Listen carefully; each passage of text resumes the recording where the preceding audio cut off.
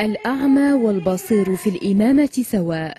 هذا الطفل المبارك يخطب في مئات المصلين ويصلي بهم على الرغم من أنه لا يبصر، وعلى الرغم من صغر سنه الذي لا يتجاوز 11 عاما.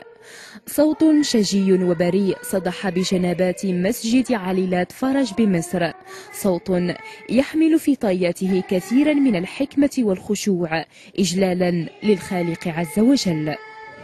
كان نروح للجامع مثلا نسمع خطبة جمعة، فهو يروح البيت يقول حاجات من اللي الخطيب قالها مع نفسه كده، ويقف على الكنبة ويعمل ان هو خطيب.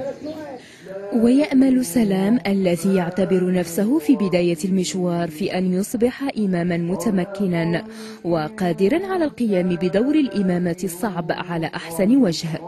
بيقول ايه؟ سلام محمد الإمام الصغير حباه الله بقدرة كبيرة على حفظ القرآن وإلقاء الأحاديث والتمكن من اللغة العربية التي أنزل بها كتاب الله ودونت بها الأحاديث النبوية. فأنا باخد الموضوع اللي هو يكون سهل وأعرف كلامه، يعني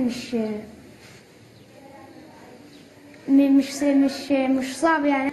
من أجل تحقيق حلمه يدرس سلام بأحد المعاهد الدينية الخاصة بالتلاوة وتعلم الأحاديث، حيث استطاع حفظ كتاب الله وعمره لا يتعدى 6 أعوام، إنجاز جعله معجزة في نظر أبناء وطنه.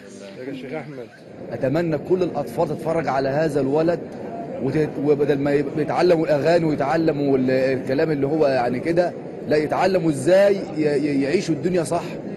الإمكانيات الدينية لهذا الطفل الصغير الأعمى تؤكد مجددا أن الإمامة ليست حكرا على البصير فقط، ما دام الأعمى قادرا على تعلم أصول الدين، مصداقا لقول رسول الهدى: يؤم القوم أقرأهم لكتاب الله.